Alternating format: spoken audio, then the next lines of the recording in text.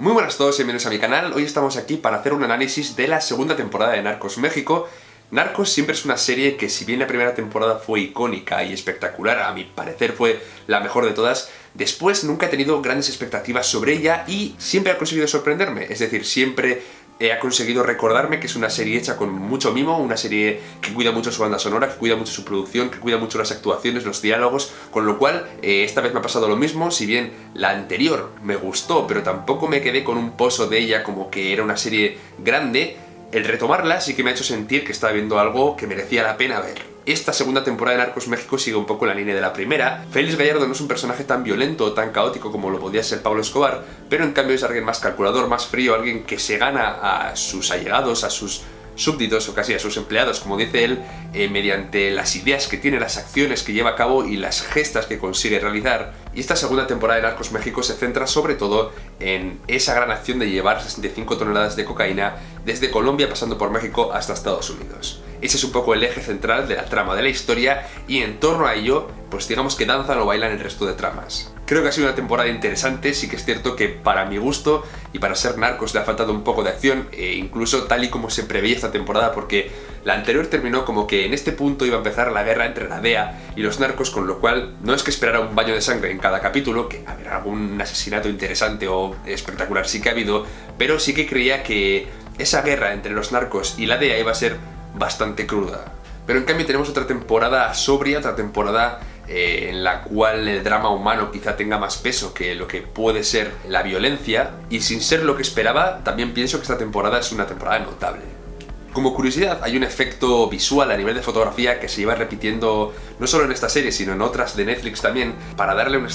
toque retro, diría yo, un toque antiguo, y es desenfocar mucho los márgenes en los planos. Sinceramente, al principio se me hacía un poco raro y parecía que no estaba adecuado, o sea, que digamos que mi ojo no estaba adecuado a verlo, pero el efecto que consigue después cuando te acostumbras creo que es interesante. De hecho, a mí ha llegado hasta agradarme. Bueno, y como siempre, suscríbete, dale a like, deja un comentario también para que el vídeo se posicione, para que ayude a crecer el canal, y vamos ya con la review episodio a episodio de la segunda temporada de Narcos México. Vale, en el primer episodio tenemos a Walt con su equipo de la DEA queriendo atrapar al médico que torturó a Kiki Camarena, bueno, que participó en la tortura, y después sí que tenemos una fiesta en la cual ya se nos recuerdan un poco quiénes eran los personajes de la temporada anterior, los distintos cárteles, Tijuana, Sinaloa, los distintos personajes, y ya se nos plantea que todos tienen una especie de rechazo, una especie de reparo a estar con Félix Gallardo. Sí que es cierto que de cara a él siempre están muy amables y le tratan como lo que es, que al final no deja de ser ese jefe de jefes que se impuso sobre ellos en la temporada anterior,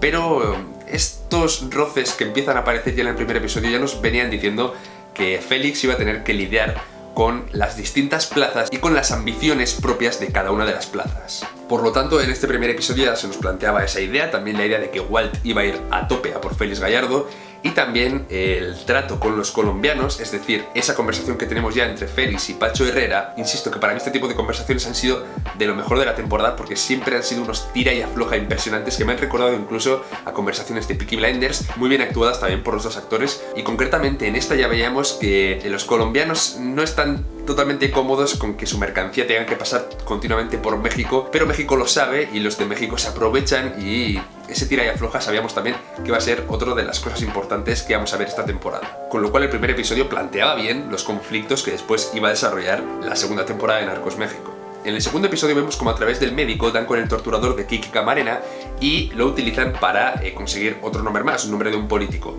Pero ya vemos con respecto al grupo de Walt que se van a saltar un poco las formas policiales y van a, digamos, rebajarse al nivel de los cárteles y los narcos. Es decir, van a utilizar también la violencia para conseguir lo que necesitan, y eso a algunos de los personajes que están con Walt no les sienta del todo bien. Por ejemplo, vemos cómo le disparan en el estómago pues para hacerle sentir que se va a morir, y luego lo dejan en un hospital pues salvándole, pero no lo salvan, o sea, se muere el hombre. Con lo cual un poco cuestionables estos métodos policiales al fin y al cabo. En el episodio 2 tenemos un contraste interesante entre toda la hacienda que le enseña este hombre a Félix para hacer tratos con él, le enseña todo lo que tiene que perder, todo lo que se ha ganado, todo lo que le ha costado dinero, tiempo y esfuerzo construir esa comunidad estupenda, digamos, en la que Félix pasa un día y la aprecia, y después la soledad que tiene Félix cuando llega a casa al final del episodio, en la cual tenemos un plano abierto de él pequeño, como diciendo que después de haber visto una familia grande que apoya a un hombre que ha hecho las cosas de una forma, él está solo por haberlas hecho de la forma contraria.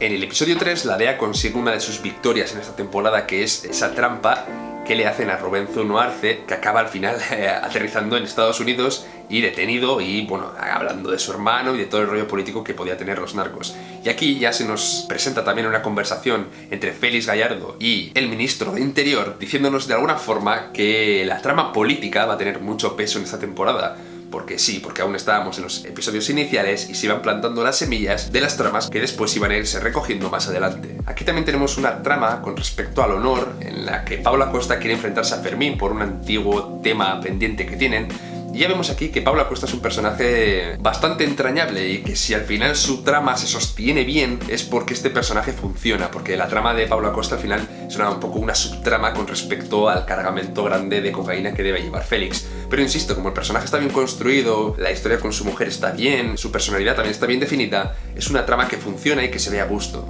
En el episodio 4 las tramas tampoco avanzan demasiado, sí que se nos da una pincelada de que Walt perdió a alguien que después sabemos que es su hermano, pero bueno, ya vemos el momento ese en el que lo perdió, que es un poco también la motivación del personaje. Y también tenemos la reunión de Walt con un policía que está ahí a dos bandas entre Félix y la DEA, que es un policía que después es muy importante, sobre todo en la parte final de la historia. También vemos a un Chapo muy divertido con esa idea que tiene de hacer un túnel por debajo de la frontera, una idea que parece simple y absurda, pero que al mismo tiempo es genial, a la vez que Chabelita también va pensando en esa idea de montar un negocio al margen de Félix y al margen de todo lo que Félix tiene. Chabelita es un personaje que en esta temporada tampoco me ha llegado a encajar muy bien, sí que vemos que va teniendo ciertos encuentros con personajes de los cárteles, pero siempre tiene esa idea de querer montarse ese negocio por su cuenta, pero en el transcurso de la temporada vemos que no lo va consiguiendo y es un personaje que se queda un poquito a medias. En el episodio 5 es justamente donde ya se abre, o digamos que comienza esa trama final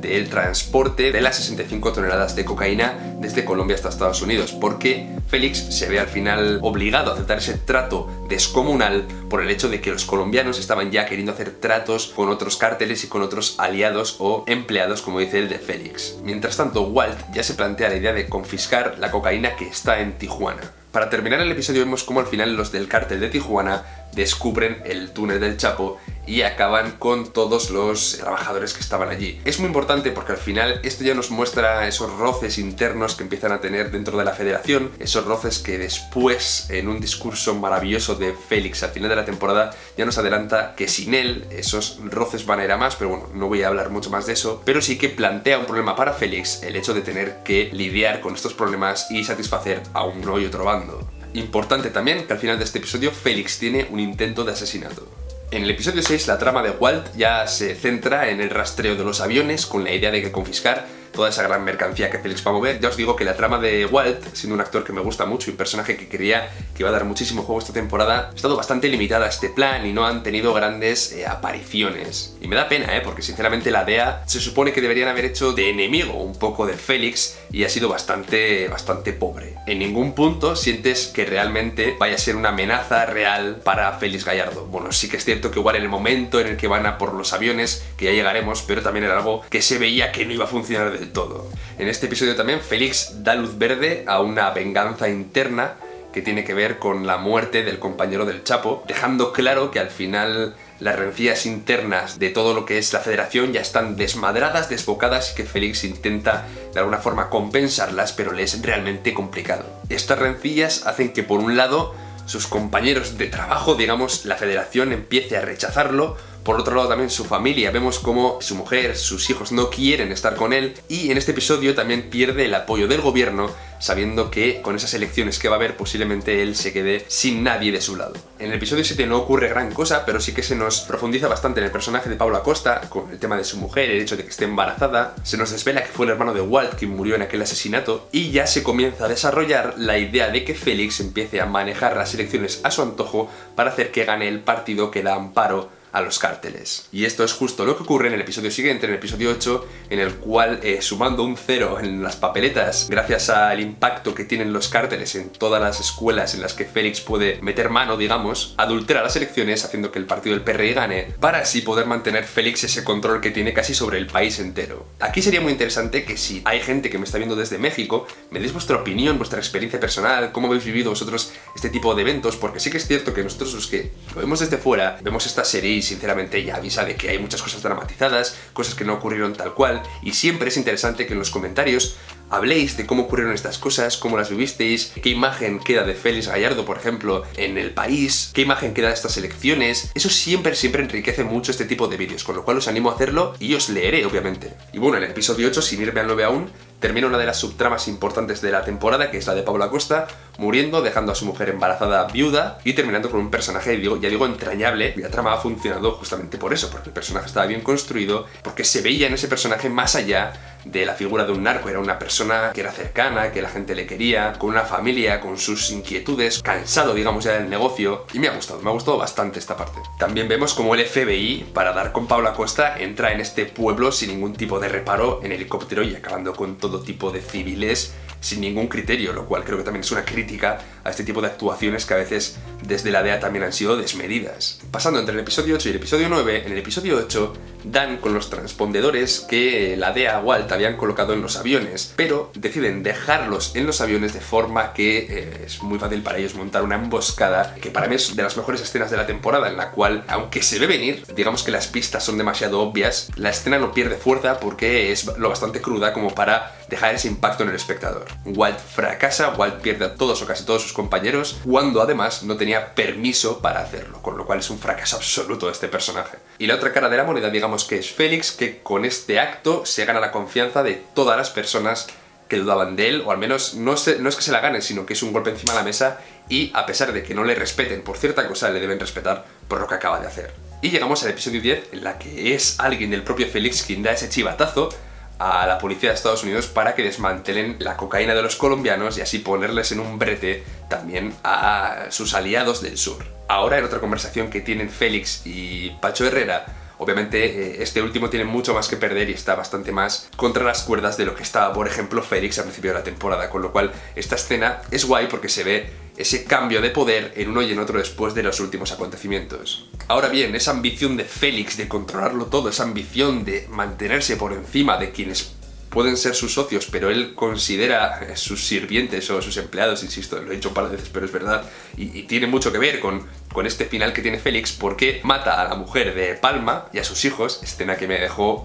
totalmente frío y con un mal cuerpo de la leche, pero con esto lo que consigue es, en vez de imponer su respeto, perderlo. Al final la gente ve que ha tomado decisiones sin tenerles en cuenta, como por ejemplo la de convertirse en distribuidor de la cocaína, o sea, es decir, venderla ellos mismos, quedándose con parte del cargamento de los colombianos. Esto a los demás cárteles no les sienta bien, y si lo sumas ya con las rencillas internas y con la última actuación de Palma, le dejan totalmente solo. Sin contar que su familia también lo abandona. Y me resulta curioso ver cómo la detención de Félix forma parte al final de algo más grande, forma parte de una especie de convenio de libre mercado que firman Estados Unidos, México y Canadá, por lo que parece. Y para dar ejemplo, como país que lucha contra el narcotráfico, la cabeza que cae es la de Félix Gallardo. El policía corrupto al final llama a Walt para hacer que se apunte esta victoria, de forma que Walt puede seguir en México luchando contra el narcotráfico. Al final es cierto que este policía está también en la emboscada y no hace nada, con lo cual siempre está ahí entre medias, muy limitado por las fuerzas a las que sirve. Detienen a Chabelita y digamos que también se establece una especie de respeto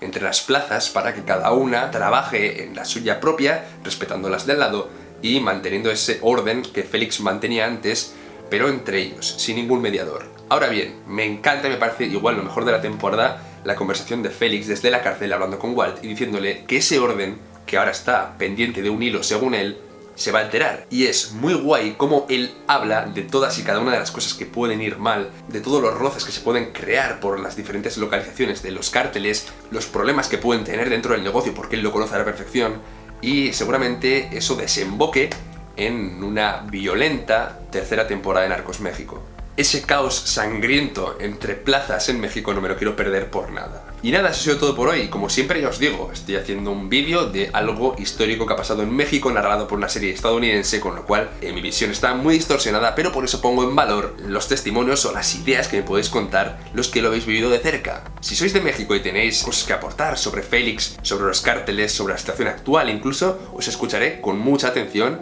y recomiendo a la gente que no es de allí que se pase por los comentarios también para ver cómo esas ideas chocan o están de acuerdo con lo que la serie nos cuenta. Así que nada, un saludo a todos. Ya sabéis que dentro de poco viene Westworld, una serie que tiene mucha fuerza en el canal y que seguramente también este año haga análisis capítulo a capítulo. Así que nada, nos vemos otro poco por aquí. ¡Hasta la próxima!